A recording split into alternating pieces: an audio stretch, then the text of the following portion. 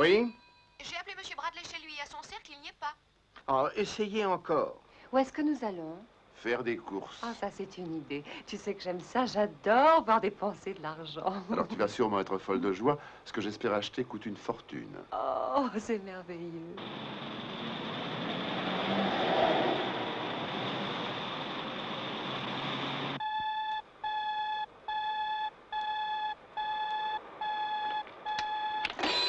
Allô? Je suis désolée, monsieur, mais on a décroché le téléphone de la voiture.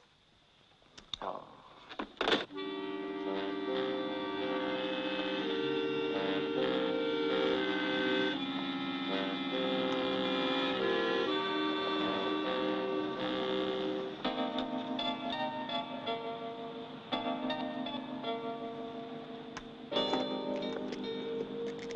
Un vase? Tu es venu pour acheter un vase?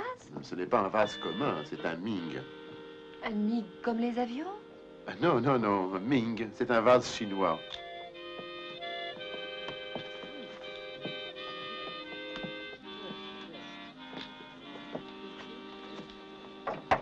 Il y a une limite de 12 000 livres sur ce lot. Je crois que c'est un peu haut. Les enchères commenceront à 8. Monsieur Bradley, non, on pourrait s'entendre. Pas question, Hazen. Nous avons dit 100 000. 100 000 livres sterling. 120. 140. 160. 165. Quelqu'un offre 175. Merci. 175. Allons, messieurs, qui dit mieux? 175. Attention, le lot va être adjugé à 175 000 livres. Une fois, deux fois, trois. Tu vas payer ça pour un pot? C'est exact.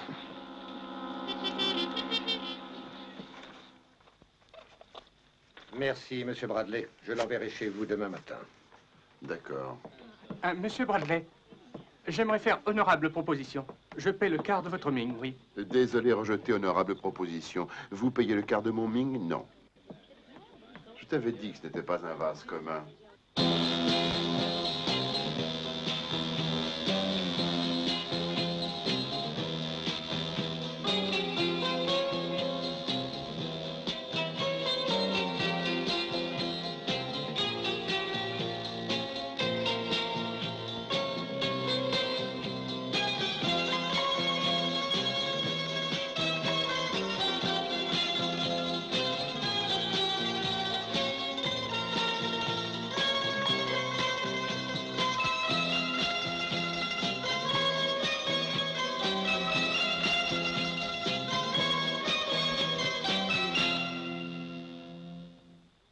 Vente aux enchères avec Catherine Schell et Garrick Hagon.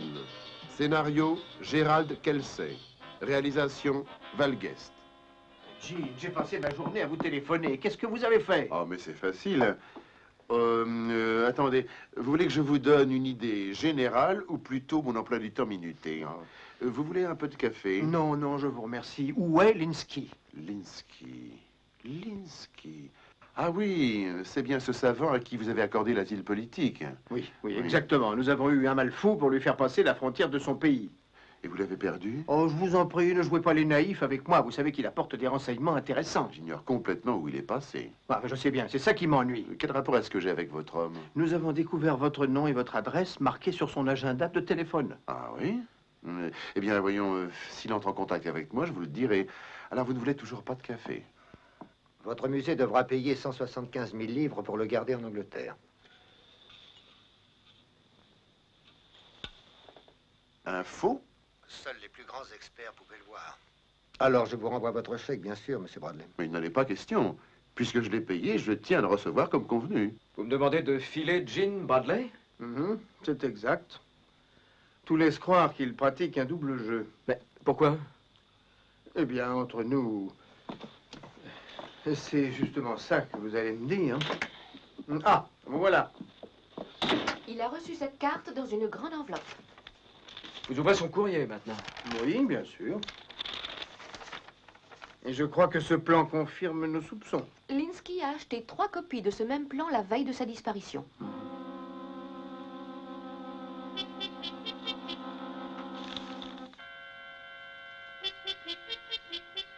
Qu'est-ce que c'est, ce numéro?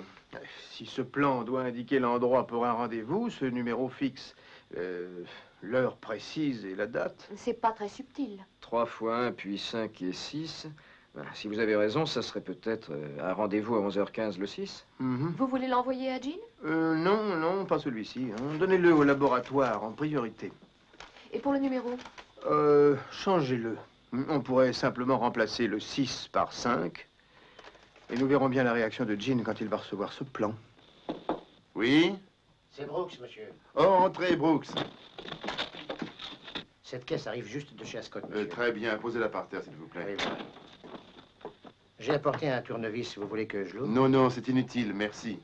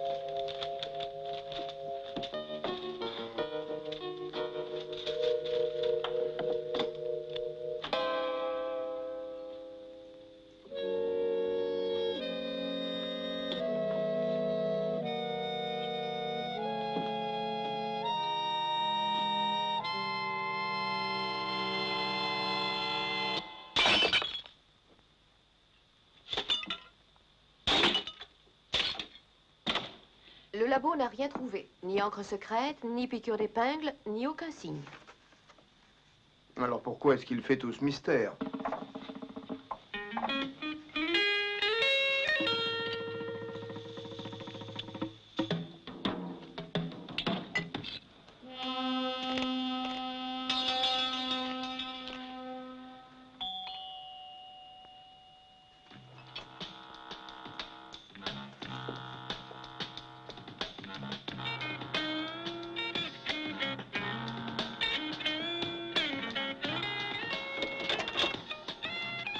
Votre téléphone a des ennuis. Nous avons eu plusieurs appels qui l'ont signalé, monsieur. Je ne vous ai pourtant pas prévenu. Nous l'avons peut-être appris par quelqu'un qui essaie de vous joindre. Ah bien, entrez.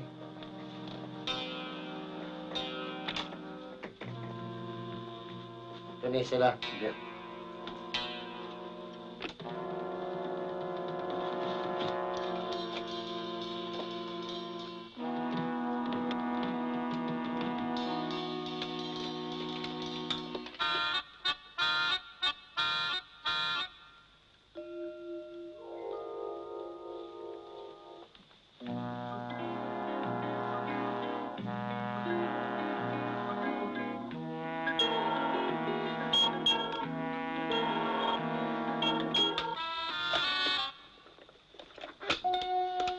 Vous ne m'avez pas invité pour tuer le temps, Diana. J'entends d'ici Parminter donner ses ordres. Allez voir Jean, faites-le boire pour qu'il parle de Linsky.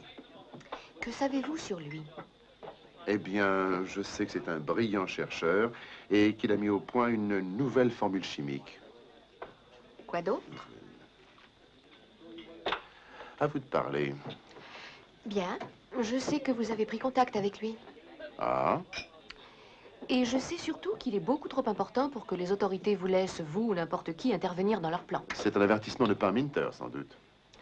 Non. Il vient tout simplement de moi. Nous avons fait des enquêtes tous les deux, mais je ne tiens pas à travailler contre vous.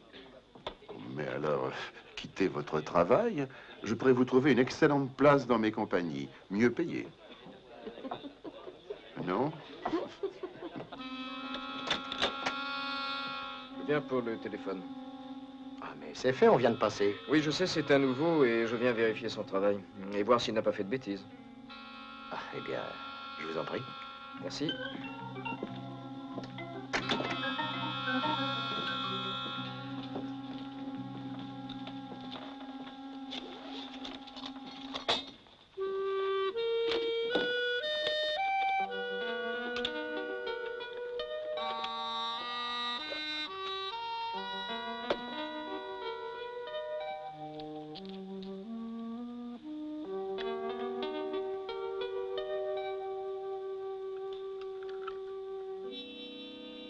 Il vous a dit quelque chose? Non, rien. Gene Bradley est trop malin, il ne dit que ce qu'il a envie de dire. Alors, et de votre côté? Je me suis occupé de son téléphone, après avoir pris le petit souvenir de quelqu'un d'autre. Un micro-espion. Alors, eux aussi croient qu'il doit rencontrer Linsky. Où sont les débris du vase? Je les ai jetés, monsieur. Vous les avez jetés? J'espère que je n'ai rien fait de mal. Non, non, non, c'est très bien. Ce sera tout.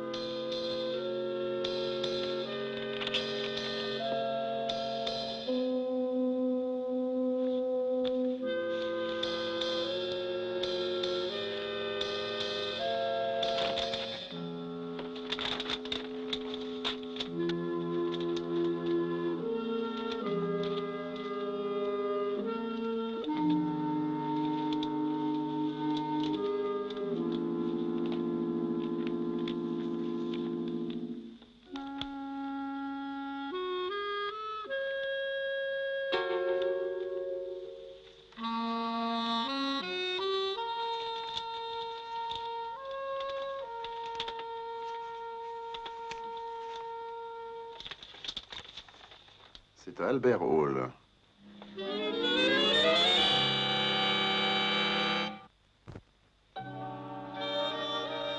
Alors, vous avez compris. Gene a probablement rendez-vous tout à l'heure. En plein centre de Londres.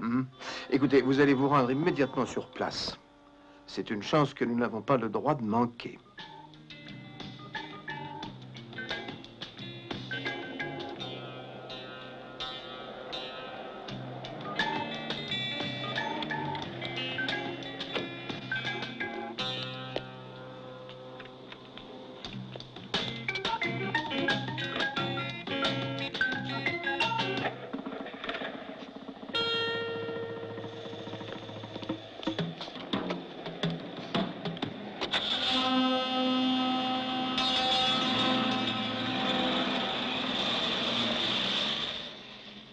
Incomplet.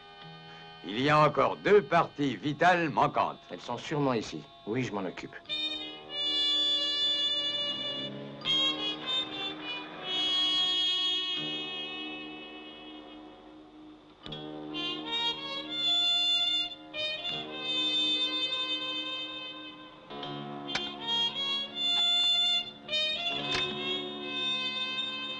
Allô, de la police. Je tiens à vous signaler un vol de voiture du type Vauxhall. J'ai relevé le numéro MXD 341K. Elle traverse actuellement les allées de Hyde Park. Mais de rien.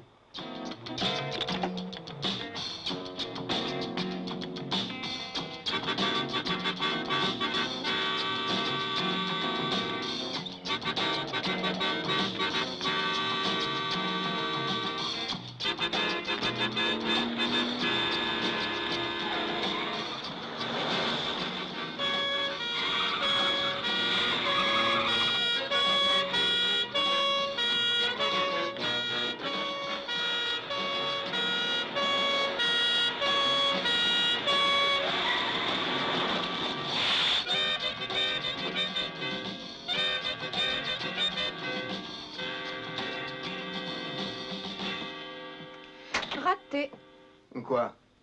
Il a été semé. Oh, non. Jean l'a repéré et a téléphoné à la police qu'il avait volé la voiture. Et alors, il s'est vite fait intercepter et Jean, lui, s'est envolé. Oui, c'est malheureusement ça. Oh, Dieu du ciel.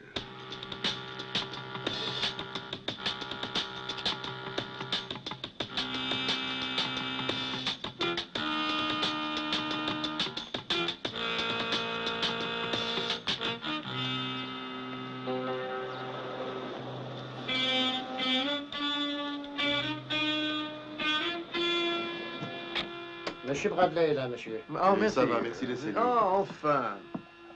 Oh, pendant que j'y pense, qu'est-ce qui est arrivé à votre fidèle Brandon? Et il a reçu un message lui annonçant un décès soudain dans sa famille. Ah. Alors, vous n'êtes pas venu ici pour ça, je suppose. Oh non, c'est exact. J'étais venu vous demander si vous étiez content d'avoir réussi à vous défaire de votre surveillance. J'avais déjà fait ça dans un vieux film. Ah oui, ah bah, dommage que ça n'ait servi à rien. Vous croyez? Oh, j'en suis persuadé. Et n'essayez pas de mentir. Vous connaissez l'endroit, mais je connais l'heure et la date. De quoi? Du rendez-vous avec Linsky. Je ne sais pas de quoi vous parlez. Oh, si, vous le savez très bien. Et j'ai une idée. On pourrait peut-être s'entendre pour régler ça. Vous nous révélez le pourquoi et le comment. Et alors, je vous dirai quel jour et à quelle heure il viendra vous attendre. Hein? Désolé. Entendu. Allez-y, ne nous écoutez pas. Faites ce que vous voudrez. Arrangez vos petites affaires. C'est vous que ça regarde. Mais je vais vous donner un conseil d'ami. Ah oui, lequel? Vous devriez vous méfier de ce Brooks.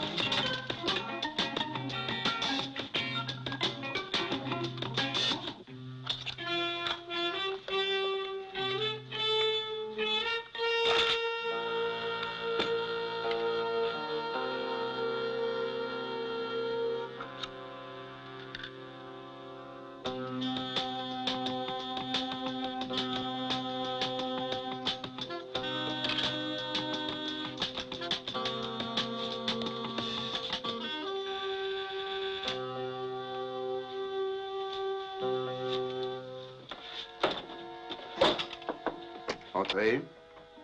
Vous avez sonné? Oui, il faut que je m'en aille. Je serai de retour à peu près dans 1 heure. Très bien, monsieur.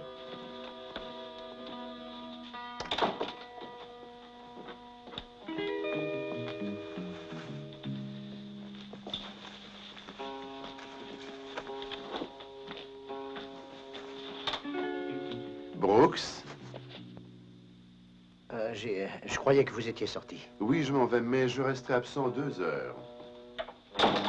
Je suis disposé à reconsidérer votre honorable proposition. Regrette, mais honorable proposition être retirée. Vous n'êtes plus intéressé? Pourquoi donner argent en quantité quand j'ai appris secret? C'est ce que je désirais savoir. Alors, au revoir et merci. J'ai fait vérifier tous ses déplacements. Et vous savez, ce jour où on ne l'avait pas trouvé, il avait assisté à une vente aux enchères. Et alors? Et il a acheté un faux vase Ming pour un nombre impressionnant de milliers de livres. Oh, vous avez sûrement mal compris. Il y a mieux que ça. Était en plus à la vente Hermann Eisen, un gros fabricant de produits chimiques de Munich, et Toji Taiyo, président d'une grosse usine de Tokyo. Pour s'approprier un faux vase Ming? Oh, attendez, le vase avait été mis en vente par Linsky, mais il vendait autre chose que le vase. Oui, il était en train de vendre sa formule. Et il avait réuni 3 grands représentants de plusieurs compagnies qui se sont battus pour l'acheter.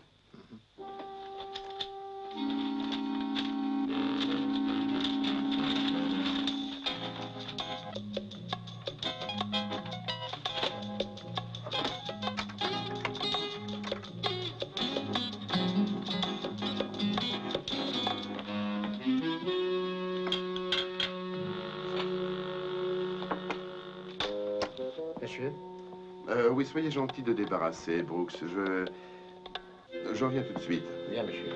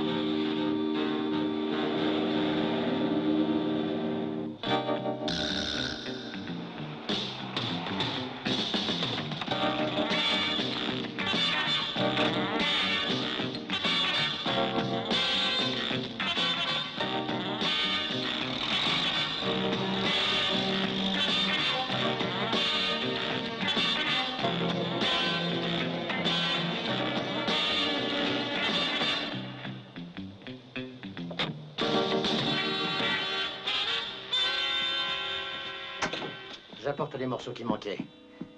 Faites voir ça.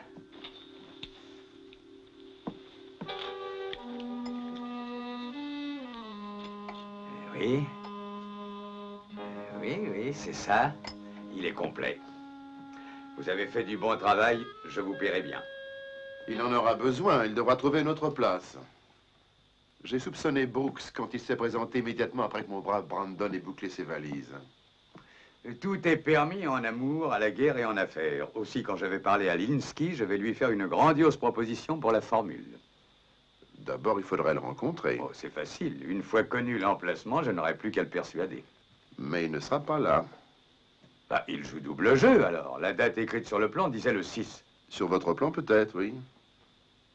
Sur celui de Tayo, c'est la veille, le 5. Linsky a pris une importante précaution pour le cas où son entrevue avec moi n'aboutirait pas.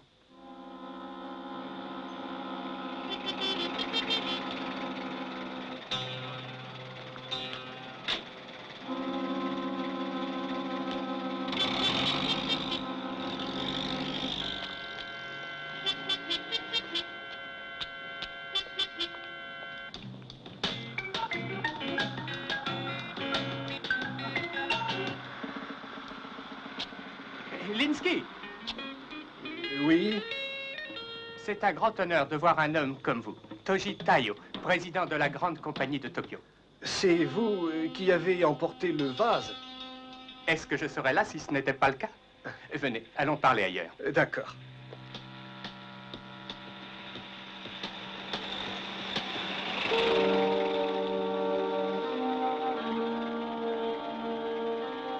Vous savez ce que vous devez faire. Taxi! Vous pouvez nous conduire à l'hôtel Victoria. Et très vite, s'il vous plaît. Ah! Si ce sont là les méthodes que vous employez, Monsieur Bradley, je me demande si vraiment c'est mieux que l'endroit où je me trouvais. Ça, je n'en sais rien. Quand nous aurons réglé cette affaire et quand une fortune sera déposée à votre banque, vous serez libre de mener votre vie. Mais et alors, vous l'avez laissé disparaître? Écoutez, je crois que vous faites ce métier depuis trop longtemps. Linsky n'est pas anti-Est ou anti-Ouest, il est plutôt anti-bureaucrate. C'est un brillant chimiste qui en a assez de voir les officiels et n'importe quelle sorte d'officiel mener sa vie. Mais après tout, il est passé à l'Ouest. C'est vrai. Il voulait une chance de vivre en liberté. Et il ne veut pas échanger l'ingérence d'un gouvernement contre l'ingérence d'un autre. Alors ça veut dire qu'un être humain doit avoir le droit de décider de sa destinée. Oui, c'est à peu près ça. Mais et pour la formule? C'est l'Ouest qui l'utilisera. C'est-à-dire votre compagnie? Oui, ma compagnie. Vous savez ce qu'on dit par Minter? Tout est permis en amour et en affaires.